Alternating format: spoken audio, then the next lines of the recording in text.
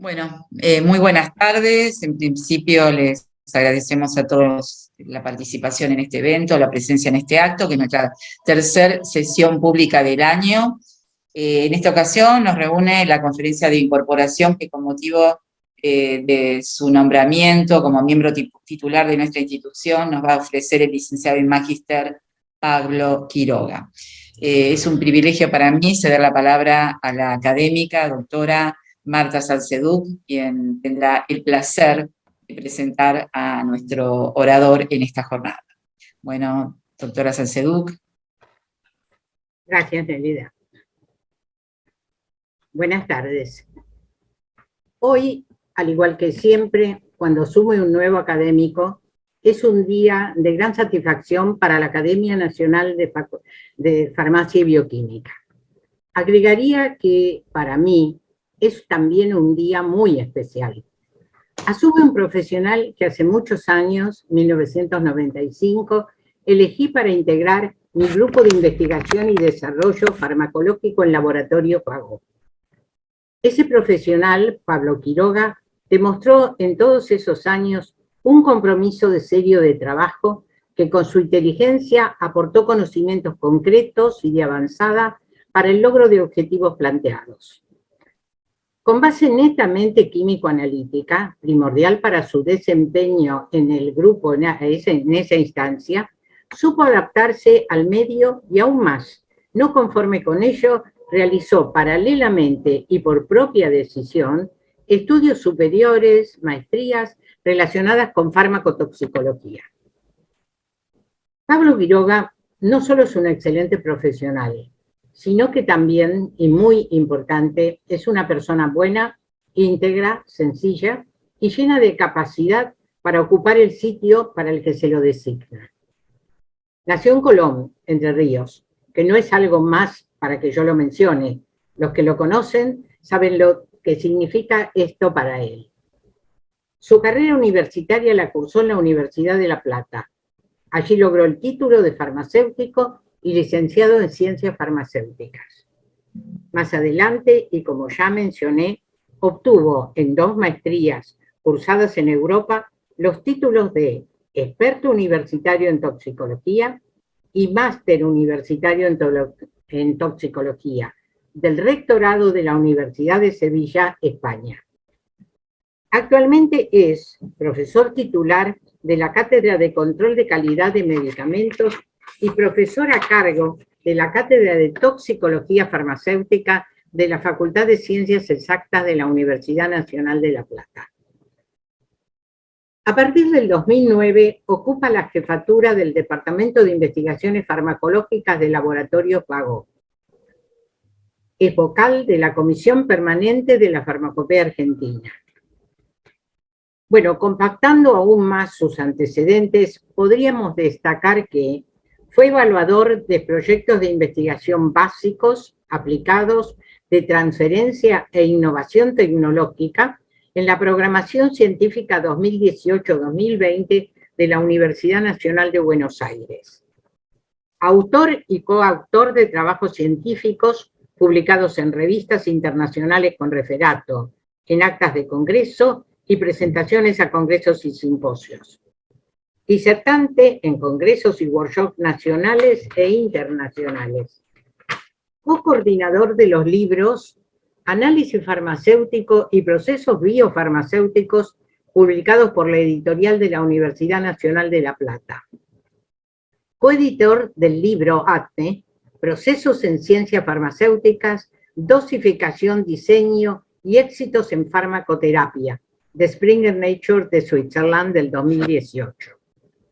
Autor y revisor de capítulos en The ATME Encyclopedia de Springer Nature Switzerland a 2021 y aún en prensa. Fue coorganizador de workshops internacionales en conjunto con la American Association de Pharmaceutical Sciences y con el Focus Group de la Biopharmaceutical Classification System de la International Pharmaceutical Federation. Bueno, valga la causalidad,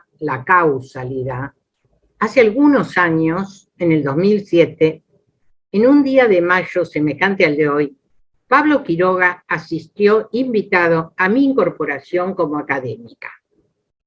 Mi ponencia se relacionó en parte al futuro del farmacólogo en la industria farmacéutica, y entre los ítems mencioné los cambios que se avecinaban con la implementación de modelos in silico generados a través de modelos computacionales analógicos. Hoy, concordante con ello, unos cuantos años después, aquello que integraba una lista de objetivos futuros, Pablo Quiroga lo llevó a la realidad bajo su propia dirección. Ya el título de su disertación de incorporación claramente lo interrelaciona. Hoy nos va a relatar ese camino recorrido. Pablo, no es necesario que vuelva a decir lo orgullosa que estoy que puedas integrar nuestro claustro. Bienvenido nuevamente y te escuchamos. El licenciado Pablo Quiroga hablará sobre métodos alternativos para la evaluación farmacológica y toxicológica, un camino recorrido. Gracias. Bueno, ante todo, muchas gracias, doctora Salcedú, por las muy generosas palabras. Quiero agradecer también a todos los miembros de la Academia Nacional de Farmacia y Bioquímica por haberme distinguido con este prestigioso reconocimiento. Y también quiero agradecerles a todos los que están presentes, que me están acompañando en este momento muy especial para mí. Así que a todos ellos les agradezco muchísimo.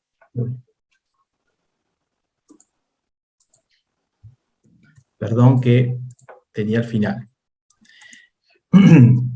Bueno, como ha dicho la doctora, el título de mi presentación o esta pequeña charla es sobre métodos alternativos para la evaluación farmacológica y toxicológica, un camino recorrido.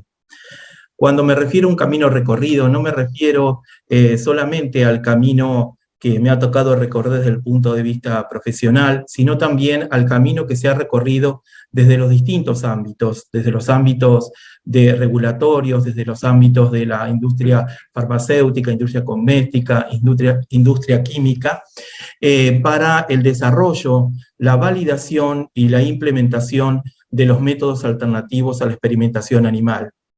Y esto es un camino que hace tiempo que se ha empezado a recorrer, pero es un camino que le falta también mucho ser recorrido, ¿no?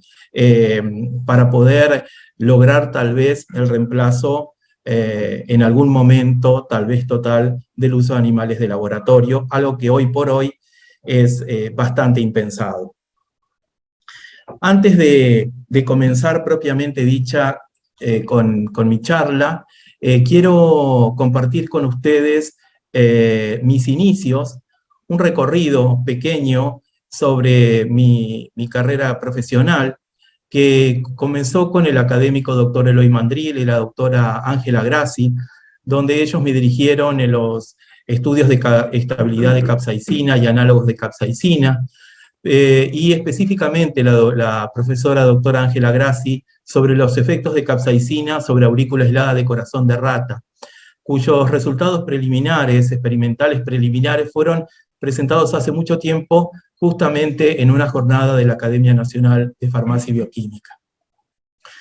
Con la académica María Guillermina Volonté, más conocida por todos por Kitty, quien me guió en la formación del desarrollo y validación de métodos analíticos, desarrollo y validación de métodos bioanalíticos a estudios de biodisponibilidad y bioequivalencia, utilizando distintas matrices biológicas, plasma, orina y saliva, en equivalencia farmacéutica, desarrollo y validación de métodos analíticos aplicables a estudios de efectos de la cardioplegia por isquemia y reperfusión, un trabajo que hemos hecho en conjunto con la doctora Consolini, relaciones farmacocinética-farmacodinamia, evaluación de riesgos de las bioextensiones basadas en el sistema de clasificación biofarmacéutica, y con Kitty hemos recorrido, hemos compartido muchísimos años, tanto de investigación como de docencia. Y muchos de estos puntos que he nombrado siguen formando parte de mi trabajo diario. con la académica Marta Salceduc, quien me ha formado en todo lo que es lo correspondiente a la farmacotoxicología. Con ella me guió y aprendí el desarrollo y validación de valoraciones biológicas, un tema complejo, evaluación de los efectos farmacológicos y toxicológicos de diferentes formulaciones de administración por diferentes vías y rutas. Muchos de estos estudios que realizamos con la doctora los resultados fueron utilizados para soportar diferentes patentes, validación de métodos bioanalíticos para estudios de perfiles plasmáticos comparativos, y también correlacionar los niveles de exposición con efectos adversos y terapéuticos, desarrollo y validación de metodologías preclínicas para la evaluación del FPVA, y que va a ser uno de los ejemplos que voy a dar en el cual aplicamos el reemplazo al uso de animales de laboratorio, y evaluación de la tolerancia local para optimización de formulaciones. Y también en este último punto voy a nombrar algunos ejemplos en los cuales he participado junto al equipo, porque somos un equipo de trabajo. Pero antes de pasar a la siguiente diapositiva, quiero agradecer también especialmente a 3 personas que han confiado en mí y que me han ayudado en la formación también, que son la doctora Alicia Consolini, el licenciado Juan Manuel Apela y el licenciado Marcelo Ferraris, que siempre me han ayudado y me han acompañado. Bueno, dicho esto, voy a comenzar. Y lo primero que, como decía, mi charla es métodos alternativos, y entonces lo primero que uno se pregunta es ¿qué significa esto de métodos alternativos? ¿Qué significa el término alternativo? Bueno, este término alternativo está generalmente asociado al principio de las 3 R's. Por lo tanto, como ambos temas están íntimamente relacionados, me voy a referir a ellos durante el transcurso de esta charla, que espero que sea amena. Este principio de las 3 R's, o concepto de las 3 R's, no es para nada un concepto nuevo, sino que fue enunciado en 1959 por Russell y Barch. O sea que, como ven, es un concepto sumamente antiguo, pero sin embargo, en estas últimas décadas ha tenido un gran impulso, desde distintos puntos de vista, desde un punto de vista regulatorio, desde un punto de vista de la industria farmacéutica, desde un punto de vista de la industria cosmética, desde un punto de vista de la industria química, cuyo objetivo en todos esos casos es la evaluación de riesgo. Y hace referencia esas 3 R's a 3 palabras, que son refinamiento, reducción y reemplazo. El refinamiento significa refinar los procedimientos y protocolos de toxicología para que los mismos sean menos dolorosos o estresantes para los animales de laboratorio. Reducir el número de animales de laboratorio, siempre que no comprometan la evaluación de la seguridad y eficacia, es decir, la confianza en los datos que nosotros obtenemos. Y el reemplazo de los animales de laboratorio por medio de estudios in vitro, ex vivo o in silico, que son los modelos computacionales que nombró anteriormente la doctora Salceduc. El tema del reemplazo siempre tenemos que agregar entre comillas, siempre que sea factible y sea aceptado por las autoridades regulatorias. Me voy a referir ahora a 3 ejemplos, como para ver de alguna manera el camino recorrido por la parte regulatoria. Y para eso me voy a referir a 3 documentos o lineamientos o recomendaciones de la Conferencia Internacional de Armonización, que armoniza los requisitos o requerimientos técnicos que deben presentarse para los productos farmacéuticos de uso humano, tanto antes de hacer ensayos clínicos como también para la autorización de comercialización. El primer caso me voy a referir a la guía ICH, que se conoce comúnmente o de manera abreviada como M3R2, y es una de las guías madres que habla sobre los lineamientos y recomendaciones de los estudios de seguridad no clínico que van a permitir conducir los ensayos clínicos en humanos y también para la autorización de comercialización. Esta guía fue adoptada el 11 de junio del 2009 Y quiero hacer una pequeña diferenciación entre lo que es adoptado e implementado, porque muchas veces las guías en ICH son adoptadas, pero posteriormente las autoridades regulatorias que son miembros de ICH, miembros permanentes de ICH, tal vez la implementan mucho tiempo después. El objetivo de esta guía lo dice muy claramente: reducir el uso de animales de acuerdo con el principio de las 3 R's: reducción, refinamiento y reemplazo. Y por otro lado dice, aunque no está discutido en estos lineamientos, se deberían poner en consideración o dar consideración al uso de nuevos métodos alternativos in vitro para la evaluación de la seguridad. Y dice, si estos métodos están validados y son aceptados por todas las autoridades regulatorias de ICH, pueden ser utilizados para reemplazar los métodos estándares actuales de la evaluación no clínica de la seguridad o de la seguridad no clínica, que están basados principalmente en uso en los estudios en animales de laboratorio. Pero también, además de que este documento habla y lo dice en sus objetivos de ya empezar a implementar métodos alternativos, aplicar el principio de las 3 R's, también estandariza el timing de presentación de los resultados de los diferentes estudios. ¿Y por qué esto es tan importante? Por ejemplo, en algunos casos, en los estudios relacionados para evaluar la toxicidad y el desarrollo, los mismos, algunas autoridades regulatorias permiten que en algunos casos se presenten solamente antes de la autorización de comercialización.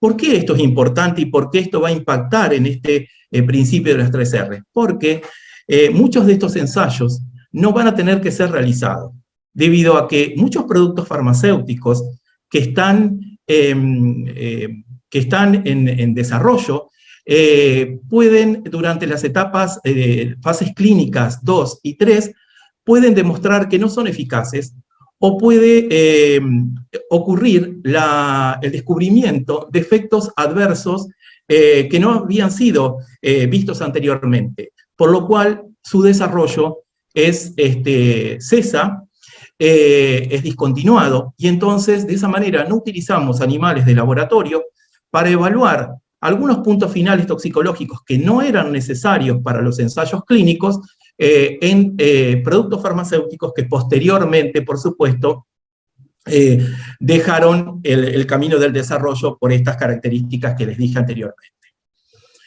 El segundo lineamiento o recomendación o recomendaciones habla sobre los requerimientos para la detección de la toxicidad sobre la reproducción y el desarrollo, que tienen que ser realizados para evaluar los productos farmacéuticos de uso humano durante el desarrollo. Esta es la versión 3 de esta guía y la podemos nombrar entre comillas como S5R3. Hay un punto acá que quiero destacar. Los ensayos sistemáticos y de rutina en cuanto a este tipo de punto final toxicológico comenzaron a hacer exigencia rutinaria durante el desarrollo de los productos farmacéuticos después de lo que ocurrió en los últimos años de la década del 50 y los primeros años de la década del 60 con la talidomida. La exposición maternal de la talidomida, durante una estrecha ventana durante el periodo embriofetal estuvo asociada a una cantidad de nacimientos de chicos con diferentes malformaciones. A partir de eso, las autoridades regulatorias exigieron este tipo de estudios, pero claro, nadie quería correr con la repetición de esta tragedia que había ocurrido. Por lo tanto, las diferentes regiones solicitaban, tenían diferentes regulaciones.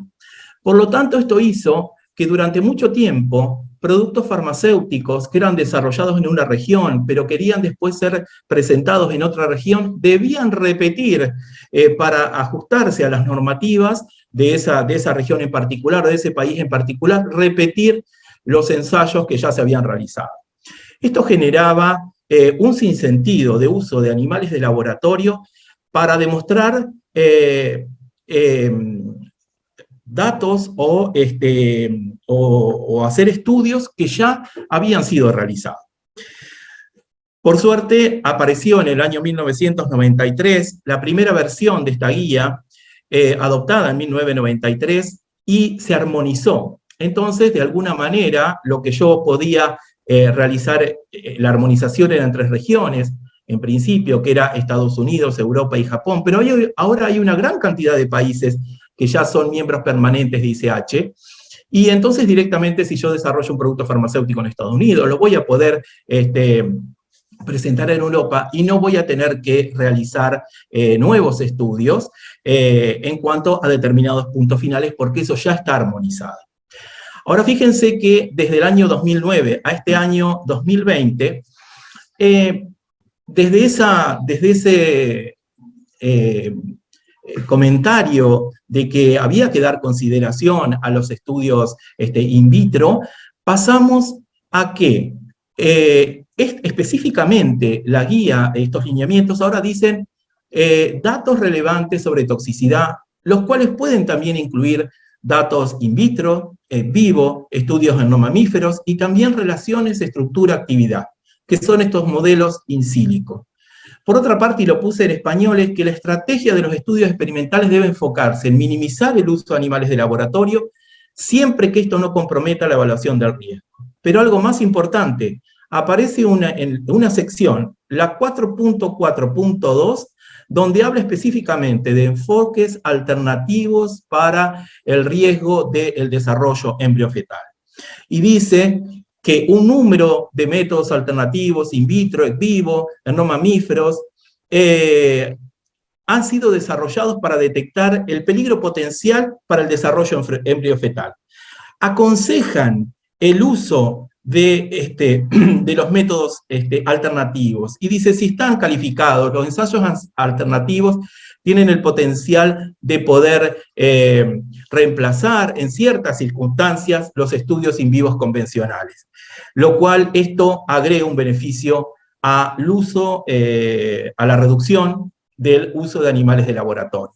Es decir, acá ya encontramos en los mismos lineamientos, encontramos específicamente ya la referencia a los métodos alternativos. La pregunta es, ¿indica cuáles son los métodos alternativos que deberíamos utilizar? No, no los describe. Sí hay un anexo 2 donde uno tiene que demostrar la calificación de ese método alternativo, pero lo que nos está diciendo que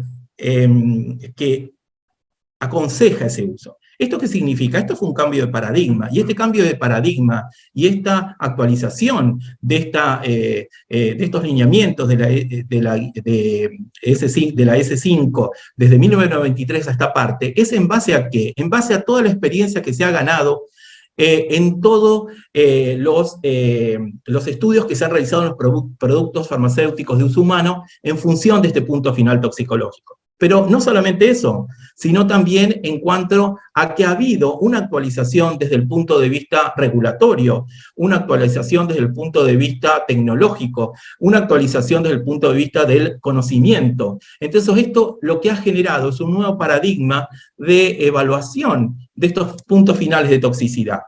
¿Con qué objetivo? Siempre el objetivo es la protección de la salud humana, pero también nos da pie a decir cuándo los estudios in vivos en animales de laboratorio son necesarios, cuándo esos ensayos en animales de laboratorio pueden ser reducidos, refinados y reemplazados. También agrega algo adicional que no estaba en la guía ICH-M3 que comenté anteriormente en cuanto al timing de la presentación de los datos. Aunque uno le parezca que ese timing de la presentación de los datos no tiene un gran impacto, yo creo que la reducción en el uso de un animal de laboratorio ya es importante en este camino que se está generando. Y por último, un adendum que se ha hecho a una guía, que es la guía S1B para la evaluación de la carcinogenicidad de los productos farmacéuticos de uso humano. Esta guía es del 10 de mayo de 2021, pero actualmente está en consulta. Este adendum propone un enfoque que no estaba en la guía S1B original, y que propone un enfoque integral que provee específicamente, o está basado específicamente en el peso de la evidencia o la evidencia de peso, para permitir definir cuándo un bioensayo en roedores, especialmente en ratas, que son estudios de 2 años, adicionan un valor a la evaluación de riesgo de carcinogenicidad en humanos.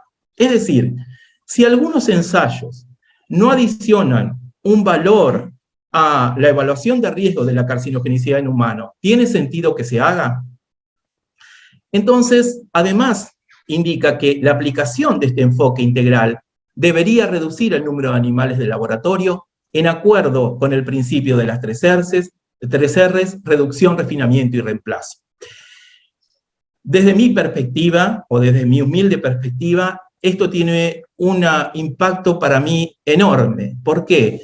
Porque ustedes imagínense que el ensayo para evaluar el potencial carcinogénico in vivo, o sea, el bioensayo en roedores, lleva 2 años. Pero es uno de los bioensayos que más animales de laboratorio utiliza. No quiero dar un número ahora porque por ahí los asusta. Pero entonces, si a partir de toda la experiencia que se ha ganado en los estudios de carcinogenicidad, de evaluar del potencial carcinogénico en diferentes productos farmacéuticos, toda esa experiencia ganada ha sido evaluada retrospectivamente por las distintas autoridades sanitarias a partir de bases de datos que se tienen. También lo que ha permitido a partir de esos estudios retrospectivos poder ver las limitaciones que tenían los ensayos en animales de laboratorio para este punto final en particular, para predecir el riesgo carcinogénico en humanos, ¿no? Porque muchos que fueron productos carcinógenos en animales de laboratorio, por distintas cuestiones, no lo fueron en el humano. Y también porque hay un conocimiento mucho más exhaustivo de cuál es el mecanismo de acción tumorigénico. Entonces, todo esto nos está indicando que a partir de datos, conociendo el mecanismo de acción, conociendo otros resultados de los estudios de toxicidad dosis repetida, también teniendo los resultados de los ensayos de la batería para evaluar el potencial genotóxico, que tiene generalmente un nivel primario, secundario y terciario, o un nivel primario y 2 niveles secundarios, se podría estimar con una gran confianza cuándo es necesario o no realizar un estudio de carcinogenicidad en animales de laboratorio, porque va a adicionar un valor. Es decir, que lo que acá uno, en función de de diferentes parámetros y resultados que uno evalúa y diferentes estudios, uno puede solicitar lo que se llama un waiver de la realización de este estudio de carcinogenicidad en roedores de 2 años. Y esto es muy importante, esto va a tener un impacto importante en la reducción de los animales de laboratorio. Así que todo esto es la conjunción de la experiencia ganada en los estudios realizados, el avance tecnológico, científico, el avance en el conocimiento de los mecanismos de acción, el avance desde el punto de vista regulatorio, permite entonces estos avances tan importantes en cuanto a la defensa del principio de las 3 R's en la experimentación animal.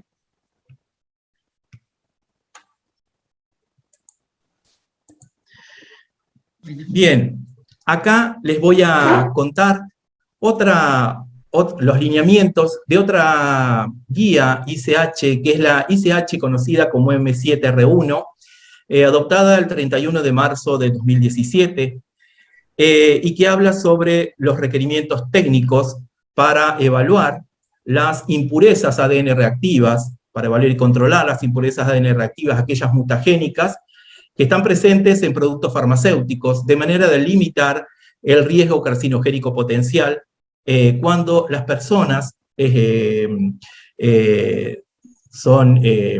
utilizan medicamentos y las impurezas están presentes en ellos en función de la exposición al cual están expuestos durante toda su vida. Esto, ¿por qué lo traigo acá relacionado al concepto de las 3 R's? Porque justamente la evaluación de impurezas en medicamentos, mediante la utilización de modelos computacionales, permite, ¿no es cierto?, reemplazar la evaluación convencional de las impurezas. Bien, en este caso en particular, nosotros hemos empezado a trabajar con las primeras, la aplicación de los modelos computacionales, a partir más o menos del año 2007-2008, a partir de que salió una guía de la Agencia Europea de Medicamentos en el año 2006 que decía límites de impurezas genotóxicas. Después salió otro documento que hablaba de preguntas y respuestas que venía a aclarar un poco esta guía de la Agencia Europea de Medicamentos. Posteriormente, siempre usábamos algunos software gratuitos, y bueno, tal vez no eran los mejores modelos computacionales desarrollados. Pero bueno, a partir de que surge esta guía de M7R1, que lo que tiene es un enfoque consistente para poder identificar, para poder categorizar o clasificar a las impurezas y poder controlar las mismas, de manera de limitar el riesgo carcinogénico potencial de las mismas. Entonces, ¿cómo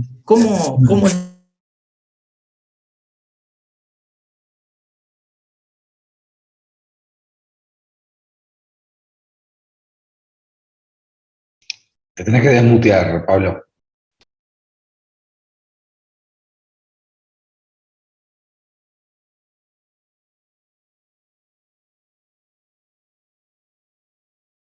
Está muy entusiasmado, no para. Pablo, vos tenés que empezar de vuelta, desde el principio. Nélida, Sí, quedaste muteado, Pablo. muteaste a todos. Nos muteaste a todos, Pablo. De vuelta, ¿Ahora? como dijo Juan Manuel. ¿Ahora Ahí de está. dónde? Ahora sí. Chau, chau. ¿Desde dónde? No, cuando estabas 5 hablando minutos, 2 minutos, más no. modelos computacionales gratuitos, de esta parte. Bien. Perfecto, entonces, no, simplemente contarles que nosotros empezamos a trabajar con esto, de alguna manera, por una cuestión de curiosidad profesional, con el equipo de trabajo, y a partir de que surgió la guía de la Agencia Europea de Medicamentos en el año 2006, que hablaba de los límites de las impurezas genotóxicas. Bueno, ¿qué pasó? Después surge también este documento que les comentaba, que era de preguntas y respuestas respecto a ese documento original, porque venía a aclarar un poco, de alguna manera, algunas cuestiones que estaban indicadas, o lineamientos que estaban descritos en ese documento. Nosotros empezamos, por supuesto, utilizando software gratuitos, y que verdaderamente tal vez no tenían todavía el desarrollo que tienen hoy estos modelos computacionales que se están aplicando hoy en día.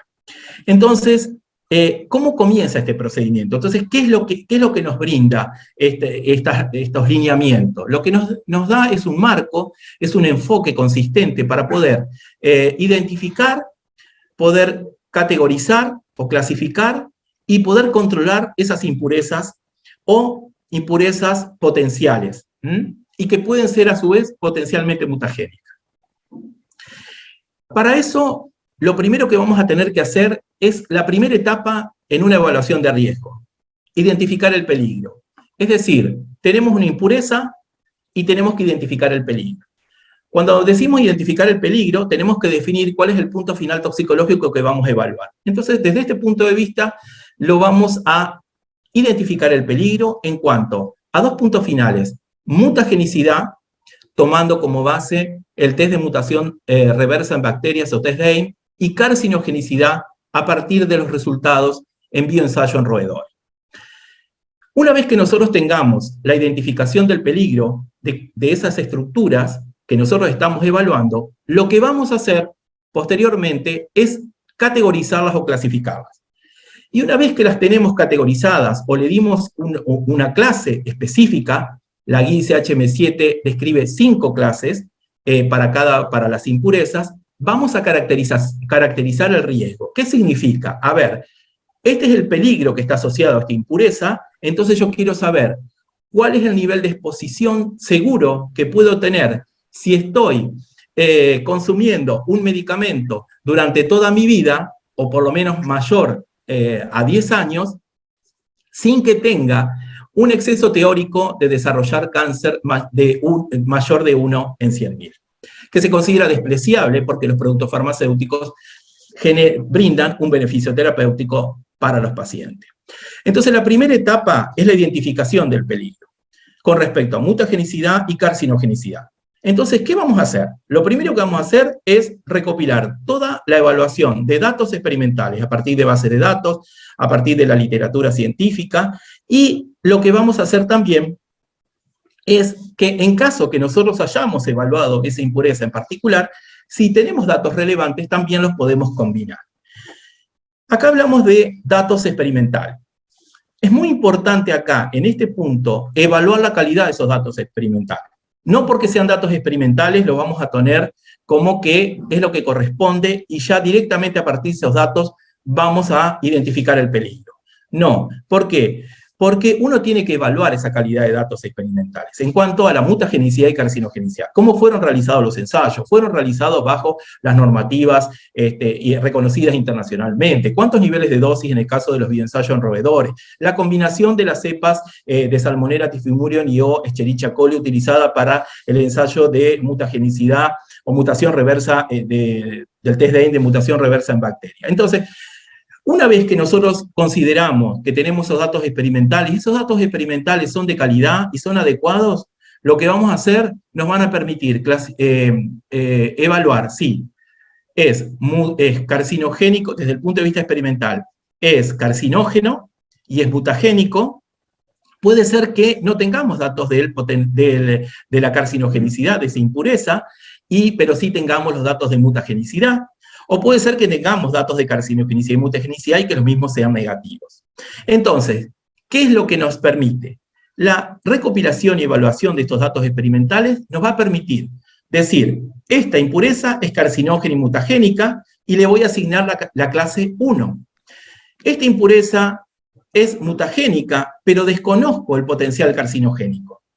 O esta impureza no es mutagénica, y le asigno, entonces en la anterior le asigno la clase 2, y en el caso de que no sea mutagénica, le asigno la clase 5. Ahora yo les comenté que había 5 clases, entonces, ¿qué pasa como con la clase 3 y 4? ¿Cuándo asignamos una impureza a alguna de estas clases? Bueno, cuando nosotros no tenemos datos experimentales, o estos datos no tienen la consistencia o la calidad adecuada, lo que nos dice es que tenemos que aplicar los modelos computacionales, estos modelos, relación, estructura, actividad. ¿Enfocados en qué? En el punto final para la predicción de la mutagenicidad en bacterias. Entonces, lo que indica también es que debemos utilizar 2 metodologías complementarias, una basada en la regla de experto y otra basada en la estadística, de manera de dar mayor confiabilidad a los resultados. Aquí se pueden dar diferentes resultados, que coincidan los modelos, que no coincidan, que esté dentro de la misma aplicación, etcétera, un montón de situaciones. Lo que sí es importante, que para darle confianza a esas predicciones, siempre tiene que haber una revisión por parte de un experto, que puede refutar el modelo, pero que tiene que estar, esa refutación del modelo tiene que estar basada en conocimientos científicos y totalmente fundamentada.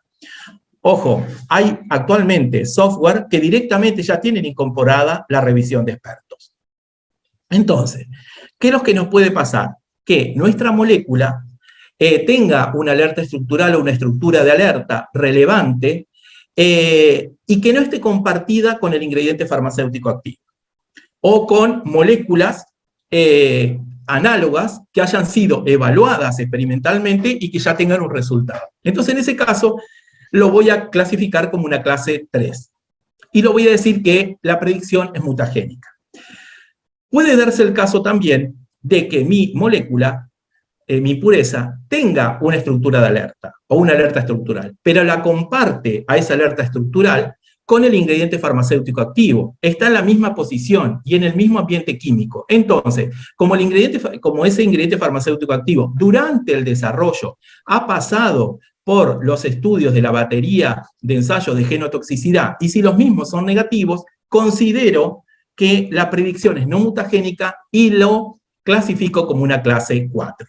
Y la otra es directamente cuando los dos modelos complementarios me indican que no hay estructura de alerta, y con eso es suficiente para indicar que es una clase 5. Es importante acá destacar que cuando tenemos un clase 3, podemos quedarnos con esa predicción, o podemos decir, bueno, para poder definir la clasificación de esta impureza, voy a realizar un test de Ames, es decir, el ensayo mutación reversa en bacterias. Lo hago bajo las condiciones adecuadas, bajo las guías de la OSD, utilizando la combinación de cepas que corresponde, con y sin activación metabólica, etc. Y si obtengo un resultado negativo, automáticamente la clase 3 pasa a ser un clase 5. Ahora, si ese resultado es positivo, automáticamente deja de ser clase 3 y pasa a clase 2. Entonces, a partir de esta evaluación del peligro, identificación del peligro en cuanto a mutagenicidad y carcinogenicidad, nos permitió clasificar a cada una de estas impurezas. Y ahora bien, ¿qué hacemos con esto? Bueno, lo que tenemos que hacer es caracterizar el riesgo, es decir, cuál es la ingesta aceptable asociada, segura, asociada a cada una de estas impurezas. En el caso de las clase 2 y clase 3, se puede utilizar perfectamente un umbral que se denomina Threshold Toxicological Concern, o umbral de preocupación toxicológica, que corresponde a 1,5 microgramos persona día.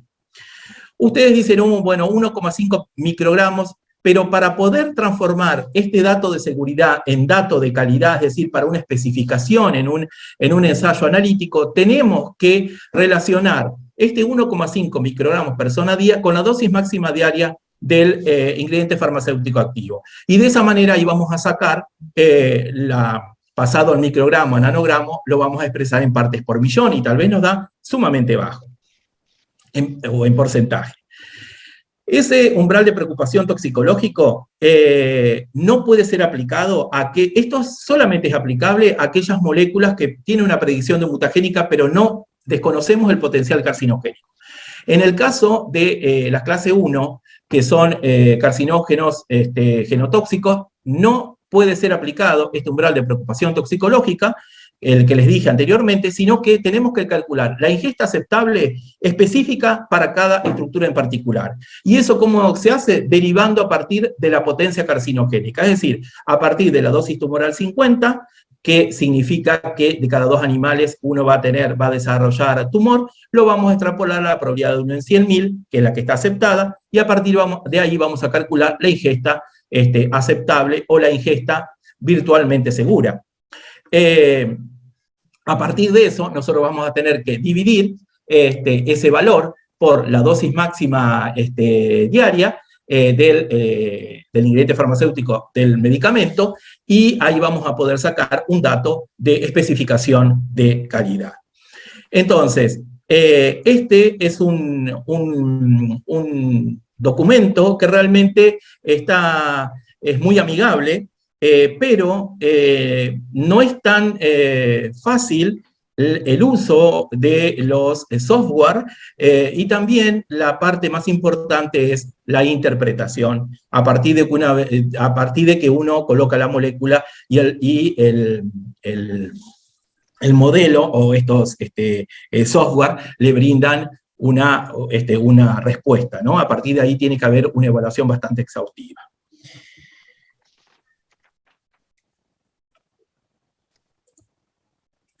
Y me voy apurando. Bueno, simplemente ahora otro ejemplo que les quería contar. Esto hace bastantes años, con la doctora Salcedú, desarrollamos y validamos un método in vivo, es decir, en animales de laboratorio, para poder evaluar la eficacia de los protectores solares a la radiación UVA. No el factor de protección solar, sino un factor de protección UVA. Para eso, nosotros, como les dije, desarrollamos y validamos y determinamos un factor que se denominaba factor de protección fototóxico. porque no había ningún documento que estandarizaba cuál era el método para evaluar el factor de protección VA.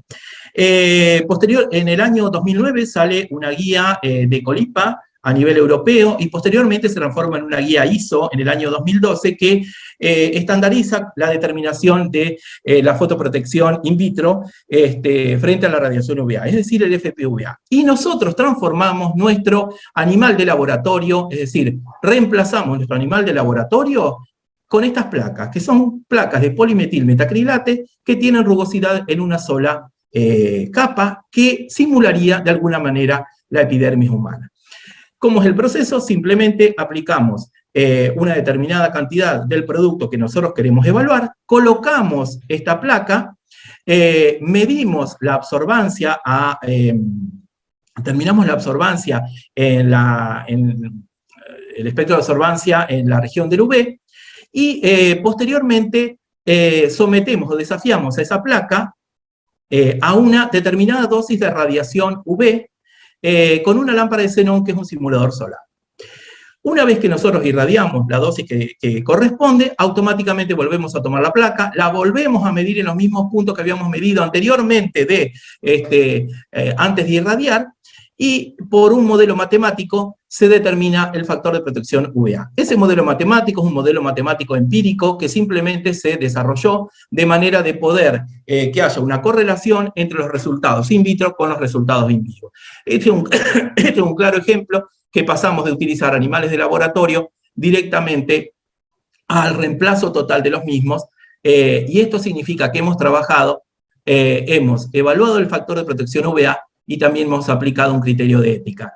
Pero sí también lo que nos puso contentos fue que todos esos valores que teníamos de factor de protección UVA a partir de la determinación del factor de protección fototóxico correlacionaban excelentemente con estos valores de fotoprotección in vitro. Bien, y acá voy a referirme a dos ensayos para evaluación de la tolerancia local. Sí, antes de explicar un poquito estos ensayos, les quiero comentar que acá estos ensayos no tienen que ser vistos como la simple aplicación de la guía, que en este caso es el documento número 491 de la OSD. Atrás de esto, y antes de su implementación, hay una gran capacitación para lograr el expertise necesario. Tiene que demostrarse la proficiency, que incluye el laboratorio, más todo el personal que va a estar asociado a la realización de este ensayo e interpretación de los mismos, y recién ahí vamos a poder implementar este ensayo. Nosotros hicimos un recorrido bastante largo para ya implementarlo, y bueno, está María Laura ahí, que es del EVAL, de CONICET, que en conjunto hemos recorrido todo este camino. El ensayo, ¿por qué es tan importante? Porque el ensayo que permitía evaluar la irritación ocular anteriormente era el test de Dreis, el llamado test de Dreis, que era un ensayo en el ojo de conejo. Hoy por hoy, nosotros podríamos utilizar simplemente este ensayo como reemplazo cuando obtenemos, reemplazo total, cuando obtenemos determinados resultados. Sino, en general, lo que la propuesta es que hay que hacer una combinación estratégica de métodos alternativos para poder tener un reemplazo total del animal de laboratorio. Entonces, lo que nos permite esta normativa es identificar aquellos agentes químicos que inducen serios daños a nivel ocular, pero también aquellos que no son categorizados o que no están asociados como un daño serio o severo de irritación ocular. ¿Qué es lo que se utiliza? Se utiliza como sustrato una línea celular de córnea de conejo, que son fibroblastos. Y es un ensayo de exposición breve o exposición de corto tiempo, y que ahora les voy a contar por qué. Entonces, lo que nosotros tenemos es un cultivo de células CIR, por sus nombres en inglés, que son fibroblastos.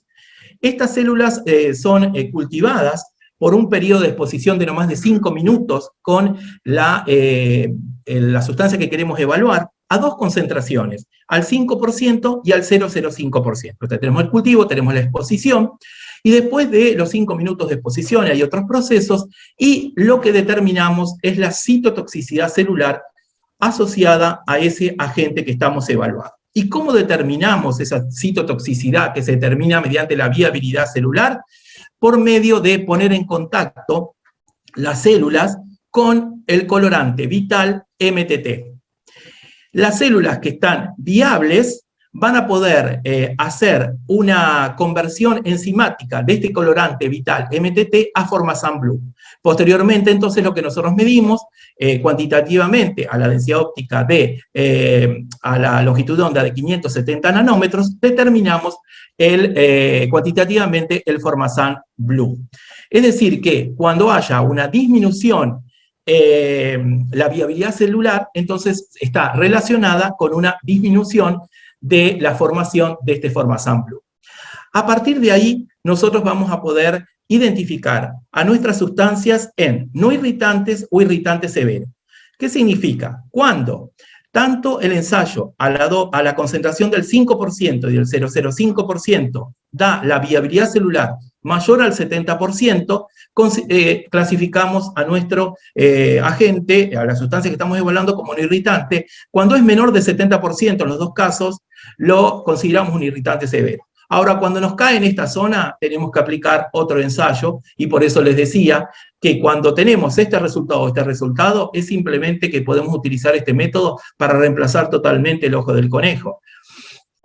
Pero cuando nos da en esta categoría, o sea, este tipo de resultados que están acá, menor del 70 y mayor del 70, no lo podemos predecir, y ahí viene el enfoque estratégico integrado de métodos alternativos. ¿Por qué esto es un ensayo de exposición breve o de corto tiempo? Porque en realidad los datos con que se cuenta son que cuando se instila una solución en el ojo del conejo, el 80% se excreta a los 3 o 4 minutos, mientras que en el ojo humano entre los 1 a 2 minutos. Entonces, simplemente lo que hace este método es tratar de simular esas condiciones. Lo que estamos evaluando entonces es la citotoxicidad, y hay que recordar que la citotoxicidad de las células epiteliales de la córnea constituyen el mecanismo de acción para el daño de esas células epiteliales y posterior irritación. Entonces lo que estamos evaluando son esos eventos en particular. El segundo ensayo es el ensayo de la irritación dérmica in vitro. Cuando estamos hablando de irritación dérmica, estamos hablando de que es un proceso reversible. La irritación dérmica,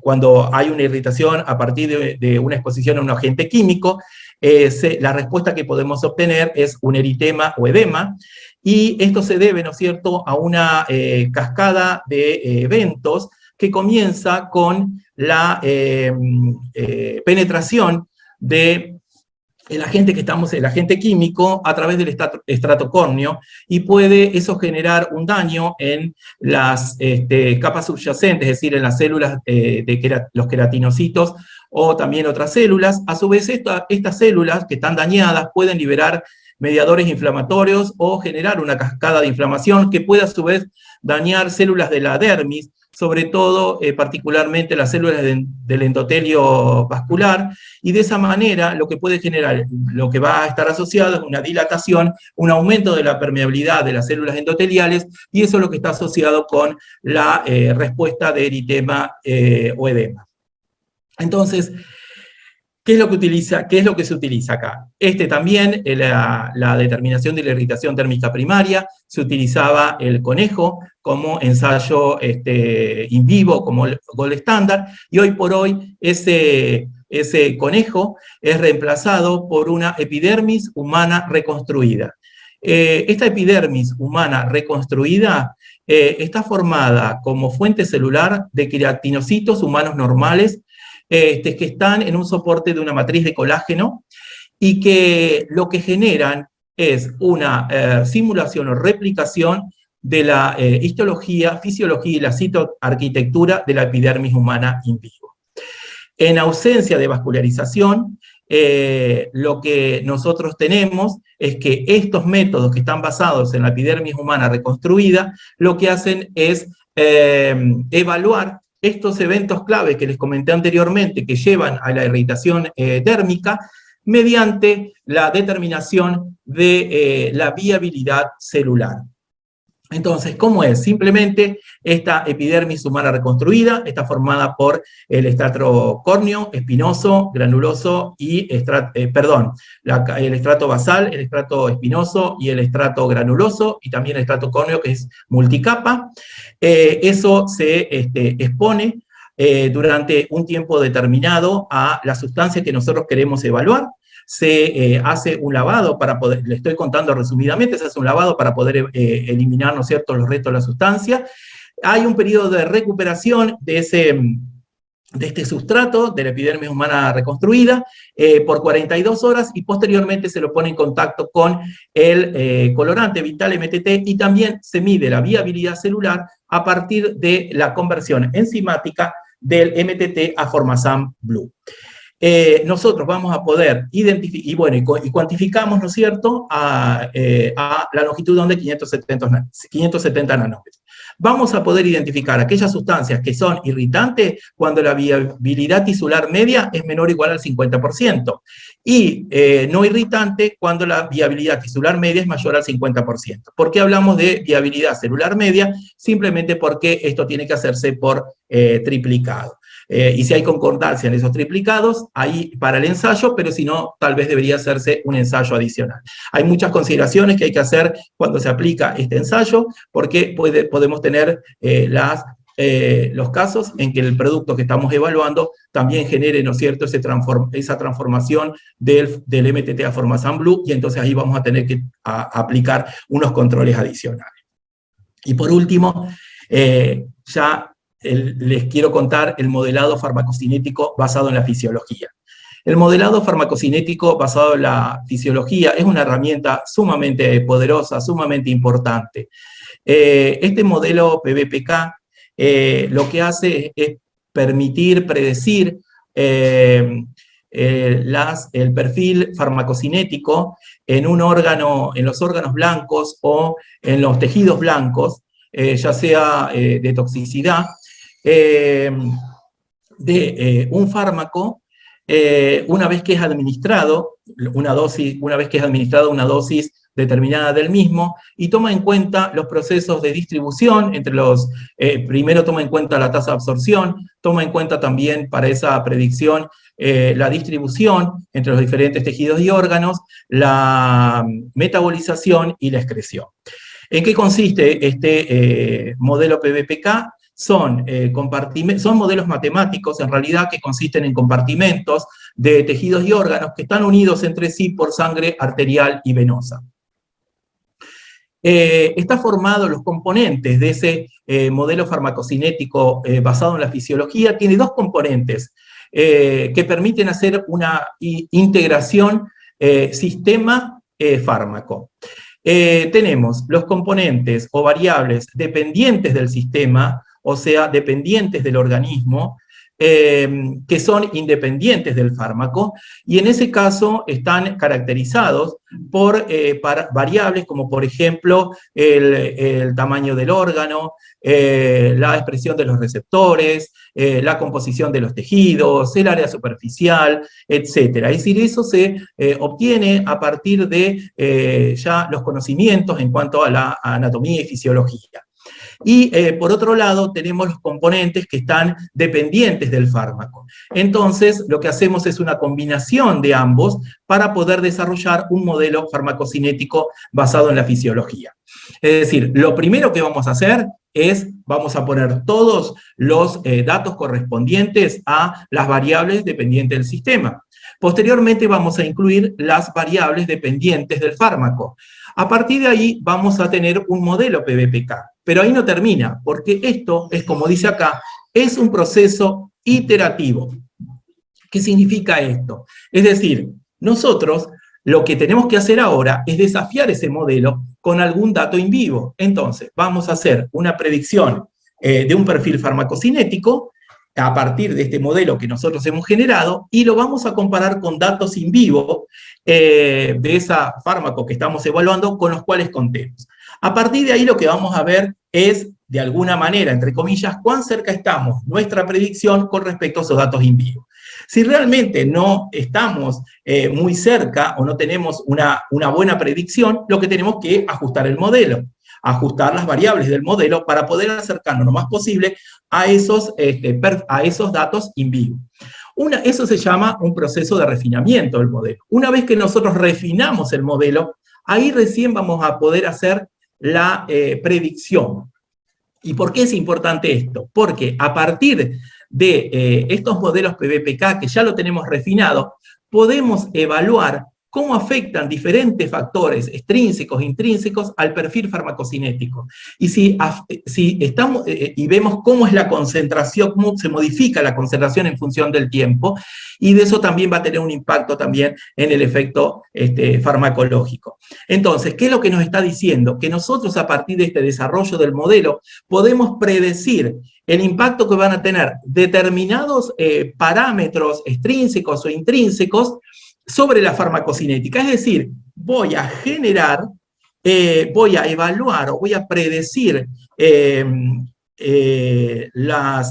perfil farmacocinético considerando diferentes escenarios que no fueron evaluados experimentalmente. Esto es muy importante. ¿Y por qué uno lo relaciono con el concepto de las 3R? ¿Por qué? Porque justamente esto, podemos reducir el uso de animales de laboratorio, porque no vamos a tener que hacer ensayos experimentales, porque en algunos casos podemos extrapolar a partir de este modelo PBPK que está alimentado con datos experimentales de algún estudio en particular, vamos a poder extrapolar a otros individuos, a otra especie, a otra población, en otras condiciones, en otros niveles de dosis, vamos a poder extrapolar y poder predecir el perfil farmacocinético. Por otro lado, también lo que podemos hacer es, si estamos en las primeras etapas de los estudios de toxicidad y estamos haciendo determinados niveles de dosis, también lo que nos puede ayudar es refinar esos estudios in vivo. ¿Por qué? Porque, bueno, a partir de esto y en conjunción con los modelos PBPK, lo que podemos hacer es decir, bueno, para los próximos estudios que vamos a tener que hacer más avanzados, vamos a utilizar niveles de dosis muchísimo mayores, y a partir de esto vamos a poder extrapolar a niveles de dosis mayores. Entonces, esto también, esta herramienta computacional, que es sumamente poderosa y que es sumamente promisoria, y no solamente en este caso, sino en el caso del desarrollo de genéricos, etcétera, permite también o está asociada con este concepto de las 3R. Por último, simplemente algo que saqué de la página de métodos alternativos de la FDA, donde tenemos el presente. Fíjense, a partir de roedores podemos extrapolar, ¿no es cierto?, a lo que potencialmente puede ocurrir en el humano, porque siempre evaluamos potencial, porque no lo hemos evaluado en humanos. Fíjense, esto es lo que tenemos ahora, aunque ahora lo que tenemos es la combinación, como ya vimos, in vivo, in vitro y modelos computacionales. Ahora, el futuro, ¿qué sería? Solamente la integración de modelos in vitro, que cada vez son más sofisticados estos modelos in vitro, modelos computacionales. Ese sería el futuro. Bueno, hay mucho todavía por hacer, y sobre todo en el ámbito de la industria farmacéutica, porque no tenemos todavía muchos métodos alternativos que permitan brindarnos la información confiable que nos da un ensayo en animal de laboratorio, pero sí, se aplica el refinamiento y la reducción, que son las otras 2R. Por último, simplemente que este reconocimiento es también para todas las personas con quienes he comparto diariamente mi trabajo, mi día a día, quienes me ayudaron a crecer profesionalmente, pero por sobre todas las cosas me ayudaron a crecer como persona. Así que a todos los que están presentes, a todos con los quienes he trabajado, a todos los que me ayudaron y confiaron y confían, les digo muchas gracias.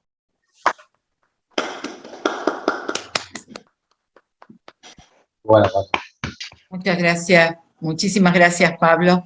La próxima vez te voy a decir 15 minutos. Sí. Perdón, no sé cuánto tardé.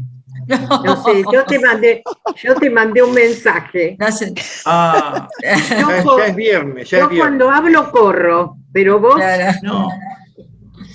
Acá me están diciendo que es 1 hora, me quiero matar, pero bueno, Perdón. Todo muy perdón. bien. Todo Muy muy bien, bien. Pablo, muy bien. Muchas gracias. Muy Fue un bárbaro. delicioso recorrido por las normativas de la farmacotoxicología de medicamentos. Bueno, a continuación le doy la palabra al presidente de la Academia Nacional de Farmacia y Bioquímica, el doctor Marcelo Anacucho.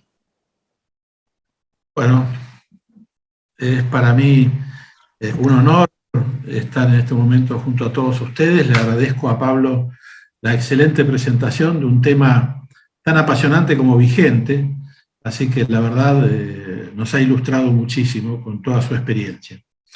Las virtudes y valores de Pablo no me voy a extender porque todos los que estamos acá lo conocemos y las conocemos.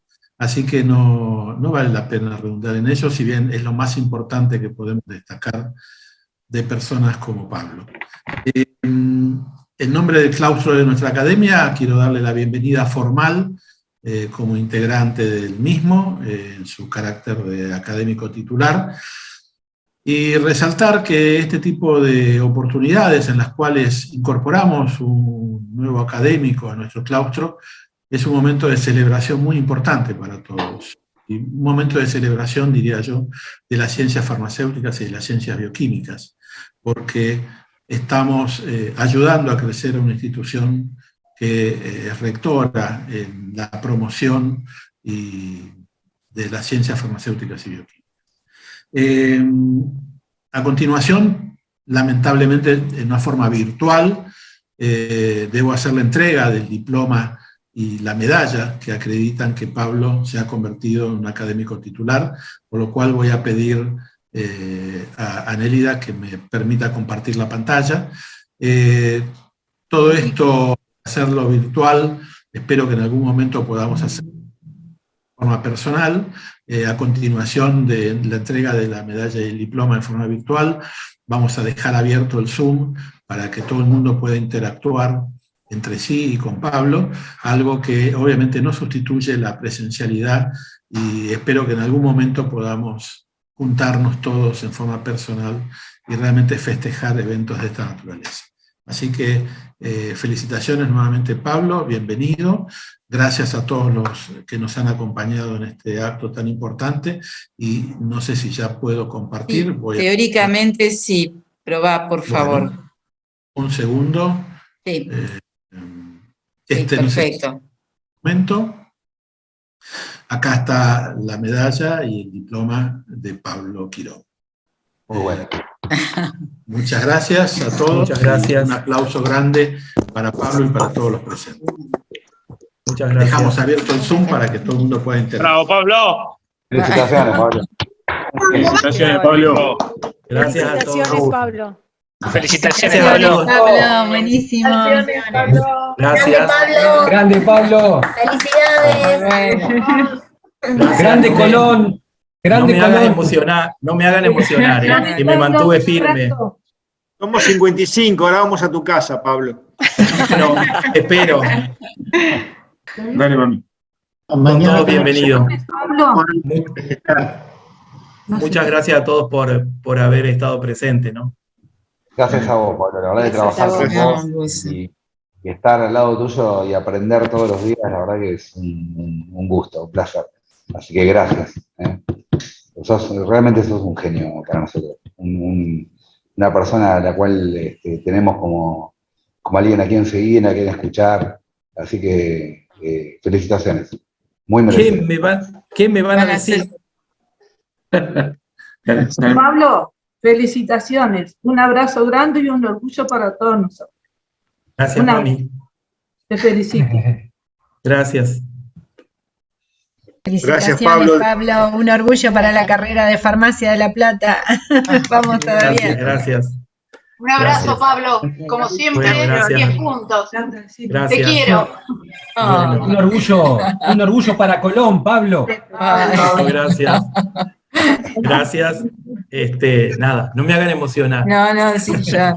Bueno, muchas gracias. Muchas felicidades, Pablo. Disfrutá el momento. Y la verdad que lo tenés bien merecido esto. Gracias. Un abrazo grande, Pablito. Gracias. Sabés que siempre te aprecio. Pablo. Sí. Un abrazo fuerte y toda mi admiración, Pablo. Bueno, muchas gracias. Es un día muy especial. A celebrar. Bueno, muchas gracias a todos por estar presentes. Nos estamos viendo. Bueno, hoy una copita de vino tenés que tomar, por más que no tomes. Sí, ahora vamos a descorchar. Vamos a descorchar un vino del 2007. Bien, viejo, bien, Hasta la picada, No sé. ¿no? ¿Eh? Creo que no esté No, picado, creo que no. acostado? ¿Eh? ¿Lo tenías acostado para que no entre Sí. aire? Ah, Sí. bien. Es la primera vez que veo abreviado los nombres del académico. No sé, ¿por qué será? Pablo Alejandro. Porque yo pedí específicamente que se ponga así AM. Bien. Grande, Mauricio. Bueno, muchas Felicitaciones de gracias. nuevo, Pablo. Un abrazo muy fuerte. Felicitaciones, Pablito. Felicitaciones. Gracias. Saludos a todos. Felicitaciones, disfrutamos mucho. Gracias. Felicitaciones, Pablito. A seguir Un abrazo. trabajando, porque esto es otra tarea más para vos. Lógico. Así que, Esto es una responsabilidad. sí. Bueno. Un abrazo muchas grande, gracias. Pablito. Chao, Pablito. Felicitaciones, Pablo. Abrazo. Beso grande. Felicitaciones. Chao. Gracias por estar. Hasta luego a todos. Y perdón que lo hice estar un poco más de lo que correspondía. No, Te perdonamos. Vos te lo mereces, Acá- Pablito. Acá los chicos estaban ahí, pero yo pensé que iba bien porque no me decían nada. Perfecto. Bueno, nos vemos. Bueno, un beso Un abrazo grande. grande. Muchas gracias. Pablito, felicitaciones. Besos para todos. Chao. Saludos a ahora. todos. Chao. Gracias, Marcelo. Gracias, doctora Sacedú. Gracias a todos. Hasta luego. Adiós. Cierto. Chao a todos.